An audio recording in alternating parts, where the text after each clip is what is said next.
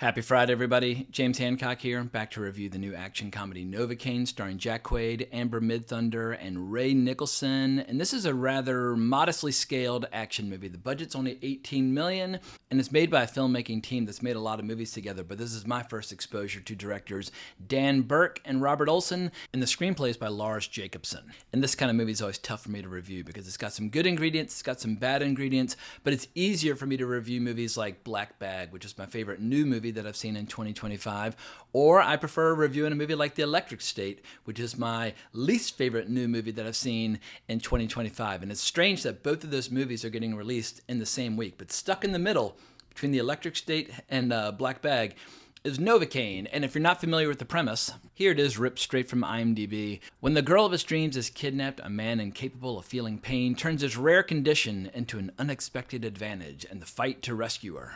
And I guess that description more or less gets the job done, but what it doesn't capture is the fact that Jack Quaid's character is a very shy, unassuming, very non-threatening person who's basically been afraid to live his life because he's always afraid that, like, if you choose solid food, that due to his inability to feel pain, he might bite his tongue off. And that's basically informed his entire approach to life. Like, he's afraid to do anything because he's afraid he might die in the process. However, all that changes when he meets the lovely Amber Midthunder, and they basically go on like the date of all dates, like the perfect first date you could possibly imagine. And now he's in love, now he's inspired, now he's got a reason to live. And then, of course, all hell breaks loose with this bank robbery, and whereupon he has to hurl himself into action to save the lady that he's now obsessed with. And I would say that the best ingredient this movie has to offer is actually Amber Midthunder. She's so cute, and her comic timing is so fantastic. And I've seen her in things like Legion and Prey, and I liked her in Legion, and I liked her in Prey. But I think her strengths as a performer really lie in like her comedic timing and her ability to throw out a zinger at the perfect time. It also helps that she is very, very cute, very easy on the eyes. But there's one thing that's going to either make or break your ability to enjoy this movie. You have to be willing to, or unwilling, to accept the idea that this guy who works at a bank, who plays video games all day, can hurl himself into action and do all sorts of crazy things just due to the fact that he's unable to experience pain. And if your brain says bullshit, well then Novacaine is not the movie for you. But I must admit that I was able to enjoy it to a degree just because I like dark comedy, and a lot of the violence in this movie is played for laughs. And sometimes it's played for laughs to disastrous effect. We're like, oh my God, tonally, you're really putting me off. But then there are other times where just because Jack Quaid is such a polite, nice, like non-threatening person, when something horrible happens to him and you see it in the trailer, whether it's like spiked balls hitting him in the back or whatever, he's like, oh, like, well, like, what's going on? What the fuck is that? But what I didn't anticipate going into this movie is that the qualities about Jack Quaid as a performer that have annoyed me in shows like The Boys or annoyed me in movies like Companion would actually work to his advantage in this movie, because in that I usually am so annoyed by the fact that he's so like overly apologetic and so overly accommodating and so inoffensively bland. Like inoffensively bland is the best way I can describe Jack Quaid. It's like, can you please just tell like a dirty joke or act like a dirtbag for 5 seconds just so I feel like there's a human being beneath this soft and fuzzy exterior? But as he's engaging in increasingly violent acts resulting in horrific gore, there's something about his persona that actually makes the movie kind of work as a comedy. I did laugh out loud several times, and if you follow this channel, you'll know that I've had a little bone to pick with Jack Quaid as a performer over the years. And I have to admit that by the end of the movie, I was kind of coming around on Jack Quaid as a performer, because nobody can deny his physical devotion to the role in terms of the stunts that he was willing to do or the violence that he was willing to embrace. And you can tell he bulked up for this movie a little bit. Like, he no longer looks like he lives off a diet exclusively of like soybeans and green tea. He actually looks like he might have like steak and eggs for breakfast and like work out on the heavy bag, actually like lean into the fact that he's a Quaid. His father's fucking Dennis Quaid.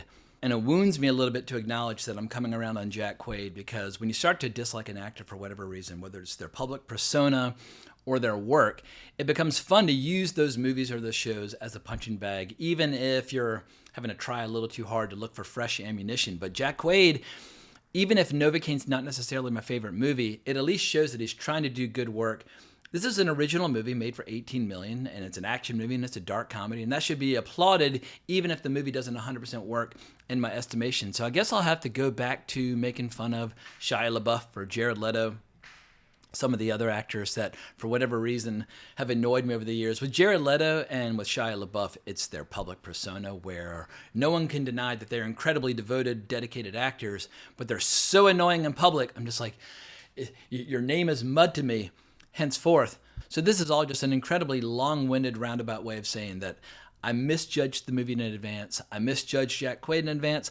I liked the movie more than I thought I was going to. It's still got plenty of problems, but I am capable of prejudging a movie in error. And so if the trailer grabs you, and if the trailer doesn't grab you, don't go see the movie, because that's exactly what you're going to get. Like 2 hours or an hour and 50 minutes of exactly what you saw in the trailer.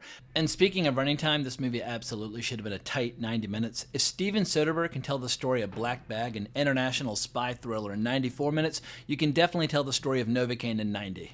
But if the trailer did grab you, I think it's worth having a look. And once again, when people go out there with $18 million and make an action movie with car chases and fights and shootouts and all that crap, it just shows that most Hollywood movies out there are being made for far too much money. Like The Electric State was made for $320 million. You could have made, 7 Novacaines for the same amount? I'd rather watch a Novacaine than The Electric State. And this is one of those movies where people are always asking the question, whatever happened to the mid-range movie, the vanishing mid-range movie? All movies are either tentpoles or tadpoles. They're either made for $6 million like a Nora, or they're made for $320 million like The Electric State. But I like the idea that you can make comedies or action movies or horror movies or whatever for somewhere between 18 and 50 million. Black Bag, that was made for $50 million. And when you're working in this range, you can take risks, and you can present the audience with some fucked up, provocative shit. And while Novacaine, sometimes the tone is really annoying, where you're watching something really violent happen and Jack Quaid's making stupid little sound effects like wee, whoa, what? And I was like, oh my God, stop! But the secret weapon of this movie is that every once in a while, it'll take the violence seriously, and it gives the movie stakes, and it provides some much needed balance to the silly humor. Some of the silly humor works, some of it does not, but at least it's not like a one-note movie where the entire movie feels the same. The trailer makes it feel all one note. The movie does have some hidden depth, and it has a massive twist or spoiler about halfway through, which I will not unveil here, which also gave the movie an additional wrinkle. It's I did not see that coming at all, but it makes the movie much more interesting. And another surprise I did not anticipate is that actor Ray Nicholson is actually pretty goddamn good as the movie's villain, and I can't imagine what this guy must wrestle with on a daily basis, being the son of Jack Nicholson. Jack Nicholson is one of my all-time favorite actors. I mean, going back to his earliest stuff in movies like Easy Rider, to movies like Carnal Knowledge or Chinatown or friggin' the Joker himself in Batman, Jack Nicholson is one of the best to ever do it. He's also a pretty goddamn good director and writer and producer as well. True Hollywood royalty, who has been Hollywood royalty in multiple eras. He's awesome. I've never met a person on planet Earth that doesn't think Jack Nicholson isn't one of the coolest motherfuckers who has ever lived. And Ray Nicholson is his son. And the good news is he's not trying to recreate or repeat or copy anything that his father has done. He's his own beast, and he looks a little bit like his father. I don't think he looks a ton like his father, but some of those genes have clearly been passed on. But I respect the fact that he's trying to do his own thing with his own persona, and his stock has gone up after seeing him as the villain in Novacaine. Also, when you look at the role that Ray's playing as written, it could have been potentially completely bland and generic and predictable, just one of those one-note villains that you've seen in a million other action movies. Ray Nicholson actually takes this underwritten part and makes it shine and seem really dangerous and unpredictable and kind of psychotic. And when he's going up against somebody who seems like a nice, friendly guy who's got this kind of hidden psychotic quality inside of him, that makes it all the more interesting as the two of them kind of become increasingly extreme characters over the course of the movie. But as I think about how this movie becomes increasingly weird and extreme and violent and grotesque over the course of the movie, it brings me back to my earlier word of caution. If there's a part of you that is screaming bullshit about this movie, by the end of the movie, you might be screaming it louder than ever, because there are movies out there like Falling Down where someone like Michael Douglas goes from being kind of an unassuming guy to a total psychopath, but you believe the transformation.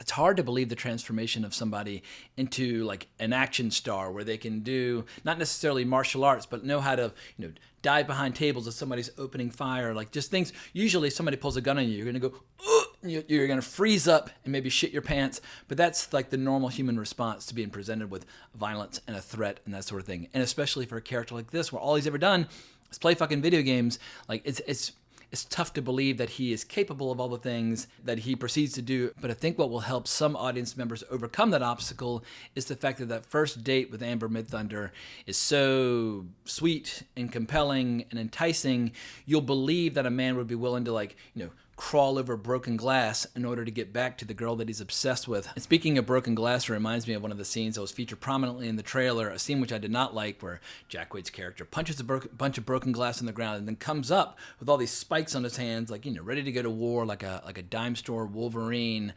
And as I watched the scene unfold, it's like, well, he probably would come up with just a bunch of lacerations and then he would get his ass kicked. It'd be one thing if he was like, gently inserting like glass spikes in and was like, all right, let's do this.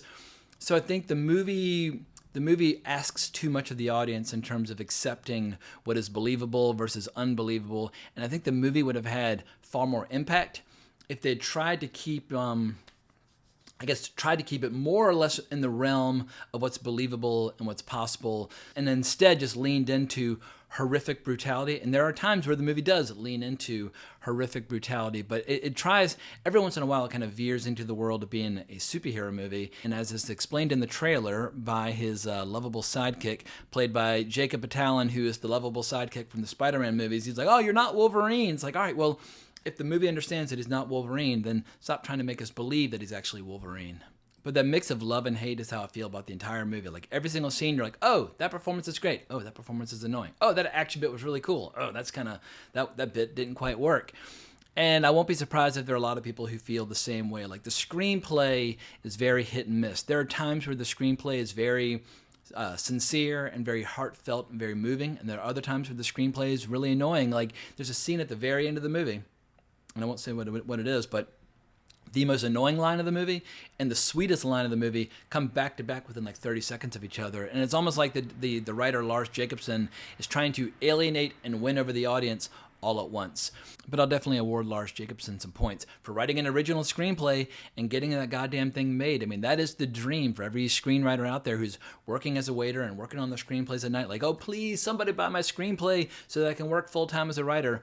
I think Lars Jacobson will work full-time as a writer, if he wasn't already. But directors Dan Burke and Robert Olson, I think they also deserve a high five for, once again, delivering car chases and fight scenes and shootouts and all this crap for relatively little money. I'm like, well, why does it take $300 million to make a Fast and the Furious movie, where this movie for $18 million is delivering a lot of similar action scenes? I guess just a lot of the talent is getting paid perhaps a little bit too much and driving those costs up into the stratosphere. But I do think that Dan Burke and Robert Olson, they know how to shoot a slick action scene, and they know how to establish the real estate and the geography so that when the action begins to unfold, you can enjoy it. Like 15, 20 years ago, there was this horrible trend in action movies where they would move in for these extreme close-ups with a lot of shaky cam, and you didn't really know what was going on. I much prefer to be able to see the real estate and the geography, and to appreciate the choreography, and to appreciate the slick camera moves as everybody's dodging bullets or ripping your spine out or whatever the case might be.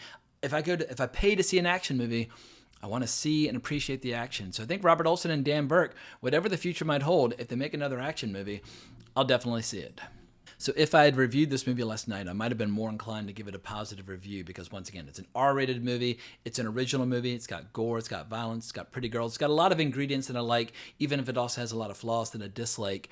But the reason I've perhaps kind of scaled back some of my praise is that immediately after seeing the movie, I had an incredible movie-going experience because I went to the 40th anniversary screening of Vision Quest at the Paris Theater in Midtown Manhattan. Sold out screening. People were screaming and laughing and cheering and just going fucking berserk. I hadn't had a crowd-pleasing experience like that in the theater in years. And for those of you who have not seen Vision Quest, really cool sports movie or wrestling movie from the mid-'80s that's got sex appeal and heart and thrills and heartache and everything you want from an inspirational kind of coming-of-age sports drama.